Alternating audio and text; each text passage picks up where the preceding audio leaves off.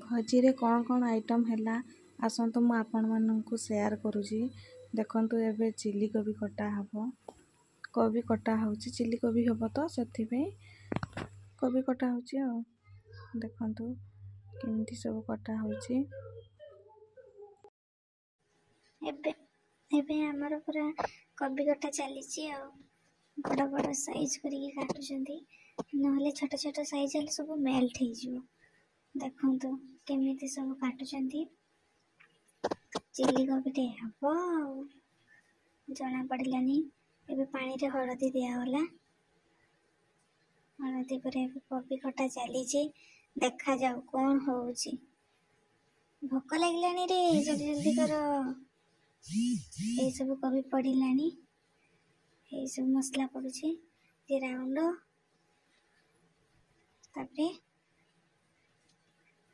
ତାପରେ କ'ଣ ପକେଇଲେ? ହଳଦୀ ଆଉ ଟିକେ, ଦେନ୍ ଦେଖାଯାଉ କ'ଣ ହେଉଛି। ଲଙ୍କା ଗୁଣ୍ଡ ପଡ଼ିଲା।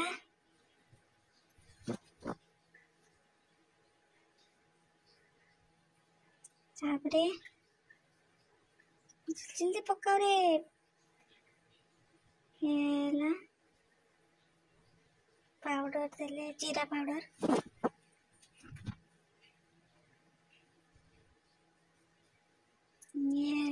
ଲାଲ ମିର୍ଚି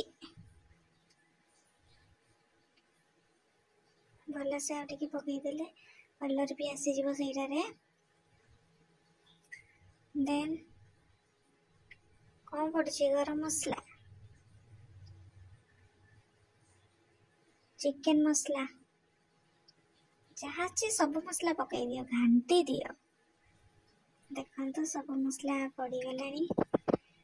ଏବେ କରି ପାଉଡର, ନା ଏଟା ଗରମ ମସଲା ପକେଇ ଦିଆଗଲା। ଲୁଣ ପକେଇଗଲା।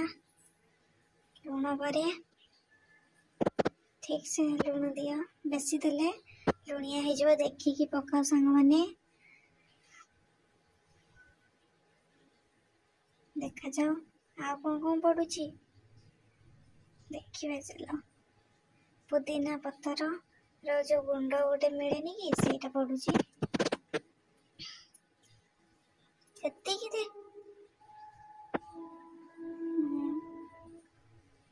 ଦେନ୍ ଆଉ ଏବେ କ'ଣ ପଡ଼ିବ?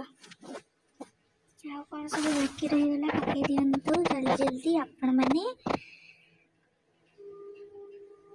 ପକାଓ ପକାଓ। ଏବେ ଆମର ପଡ଼ିବ କର୍ଣ୍ଣଫ୍ଲୋର। ଦେଖନ୍ତୁ କର୍ଣ୍ଣଫ୍ଲୋର ପକାଉଛନ୍ତି। ଦେଖିକି ପକାଅ, ବେଶୀ ହେଇଯିବ ଅଧିକ ଦେଖିକି ପକାଅ ସାଙ୍ଗମାନେ। ଏବେ ଲୁଣ, ଲେମ୍ବୁ ଚିପୁଡ଼ି ଦିଆଗଲା। ରସ ବାହାରୁନି ବୋଧେ? ହଁ ବାହାରିଲା, ବାସ୍। ଏବେ ବେସନ ଟିକେ ପକାଗଲା, କାହିଁକି ନା ନରମ ରହିବ ବେସନ ପକେଇଲେ, ନହେଲେ କର୍ଣ୍ଣଫ୍ଲୋର ପକେଇଲେ ପୁରା ଟାଣ ହେଇକି ରହିବ।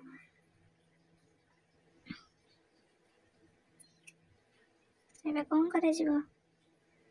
ଏବେ ସବୁ ପାଣି ଦେଇକି ଗଡ଼େଇ ଦିଆଯିବ।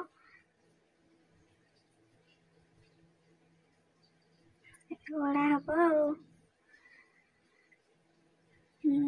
ଠିକ୍ ସେ ଗୁଡ଼ା ସବୁ ମେଲ୍ଟ କରିଦେ, ନହେଲେ ରହିଯିବ।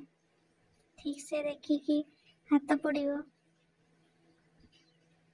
ପୁରା ଦେଖନ୍ତୁ ଏବେ ଗଳା ଗଳି ଚାଲିଛି। ତାପରେ ତ ହେଇଯିବ ଟେଷ୍ଟି ଚିଲି କୋବି। ଦେଖନ୍ତୁ ଏବେ ଚାଲ ସେତିକି ରଖିଦେଇକିରି ଏବେ ଆମେ ପାମ୍ପଡ଼ ଖାଇ ନେବା। ପାମ୍ପଡ଼ ଆମର ଛଣା ସରିଯାଇଛି।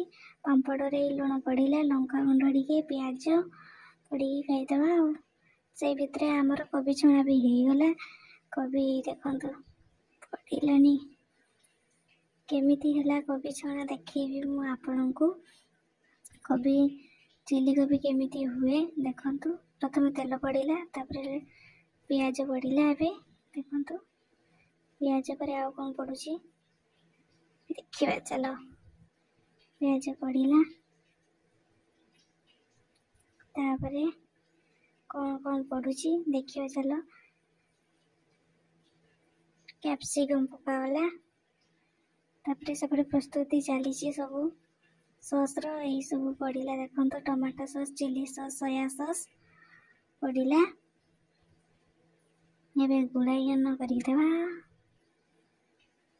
ଦେଖନ୍ତୁ ପୁରା ଗରମ ହେଇଗଲାଣି। ଆଉ ଟିକେ ପାଣି ଆଡ଼୍ କରିଦେବା, କାହିଁକିନା ସସ୍ ନହେଲେ ବହୁତ ବଢ଼ିଆ ହେଇଯିବ। ତାପରେ ଏଇ ଦେଖନ୍ତୁ ଚିଲି କୋବି ହେଇଗଲା। ଇଏ କ'ଣ? ଇଏ ପୁରା ଲେଗ୍ ପିସ୍ ଆସିଛି ଆଉ। ଆଜି ଲେଗ୍ ପିସ୍ ବି ହବ, ଯେହେତୁ ଫିଷ୍ଟ ହେଉଛି ଗୋଟେ ଆଉ ହବ କି? ଭେଜ୍ ନନଭେଜ୍ ସବୁ କିଛି ହବ ନା। ଏଇ ଲେଗ୍ ପିସ୍ଟା ପଡ଼ିଲା ଜିରା ଗୁଣ୍ଡ, ତାପରେ ଲୁଣ ପଡ଼ିଲା।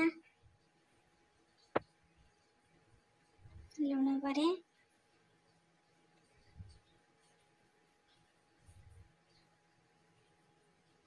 ହଳଦୀ ପଡ଼ିଲା। ହଳଦୀ ଭଲସେ ଦିଅ, ନହେଲେ ଆଇଁଷା ନା ବହୁତ ସ୍ମେଲ୍ କରିବ। ତାପରେ କ'ଣ ପଡ଼ିବ? ଲଙ୍କା ଗୁଣ୍ଡ ପଡ଼ିଲା। ଦେଖନ୍ତୁ ଆଉ କ'ଣ ପକାଇବାର ବାକି ଅଛି, ଜଲ୍ଦି ଜଲ୍ଦି ପକାଅ। ଇଏ କ'ଣ? କାଶ୍ମୀର ଲଙ୍କା।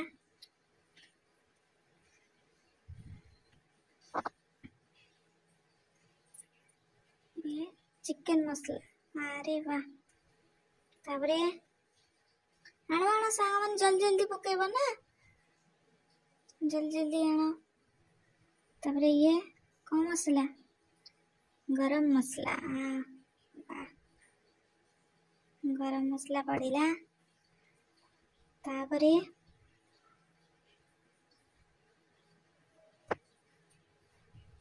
ପାଉଡ଼ରଟେ ପଡ଼ିଲା।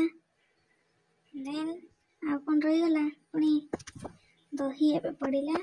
ଆରେ ବାଃ, ବଢ଼ିଆ ଆଉ। ଦହି ପଡ଼ିଲା। ତାପରେ ଆଉ କ'ଣ ବାକି ରହିଗଲା? ଜଲ୍ଦି ଜଲ୍ଦି ପକାଅ ସାଙ୍ଗମାନେ। କେତେ ରେଡ଼ି ତେଲ ପଡ଼ିଲା। ଏବେ ତେଲ ପକାଇକି ଏବେ ଗୋଳେଇ ଦେବା, ମ୍ୟାଗ୍ନେଟ୍ କରିକି ରଖିଦେବା କିଛି ସମୟ ପାଇଁ। ସବୁ ଗୋଳେଇ ଦିଏ ଭଲସେ, ନହେଲେ ମାନେ କୁଆଡ଼େ ମସଲା ହେଇଥିବ କୁଆଡ଼େ ହେଇନଥିବ, ଭଲ ଲାଗିବନି। ଦେଖନ୍ତୁ ତାପରେ ଆମର ବିରିୟାନୀ ବି ହେଇଗଲାଣି। ଦେଖନ୍ତୁ ବିରିୟାନୀ ଏବେ ଆମେ ଗୋଟେ ଜାଗାରେ ବାଢ଼ି ଦେଇଛୁ ବିରିୟାନୀଟା। ବିରିୟାନୀ କେମିତି ହେଲା ତ ମୁଁ ଆପଣଙ୍କୁ କହିପାରିଲିନି, ନେକ୍ସଟ ଭିଡ଼ିଓରେ ଦେଖେଇବି। ପୁରା ଲେଗ୍ ପିସ୍ ଆଉ ହେଇଯାଇଛି। ଇଏ କ'ଣ? ପକୋଡ଼ା ପାଇଁ ସବୁ ଇଏ କରାହେଇସାରିଲାଣି, ପ୍ରସ୍ତୁତି କରାହେଇସାରିଲାଣି, ଅଣ୍ଡା ଫଣ୍ଡା ପଡ଼ିକି। ଆରେ ବା, ଏଇଟା ତ ମୁଁ ଆପଣଙ୍କୁ ଦେଖେଇ ପାରିଲିନି, କାହିଁକିନା ଭିଡ଼ିଓଟା ଜଲ୍ଦି ମାନେ ବେଶୀ ସମୟ ହେଲେ ଆପଣମାନେ ଦେଖିବେନି ନା, ସେଥିପାଇଁ ଟିକେ ସ୍କିପ୍ କରିଦେଲି। ଦେଖନ୍ତୁ ଏବେ ସବୁ ଇଏ ହେଲା। ये सब मसला पड़िलानी। देखो हेले भी देखा मु अंडा पड़ी, जीरा गुंड, लंका गुंड। देखते पकोड़ा भी हो गला। आसता समस्त खाई मजा नवा।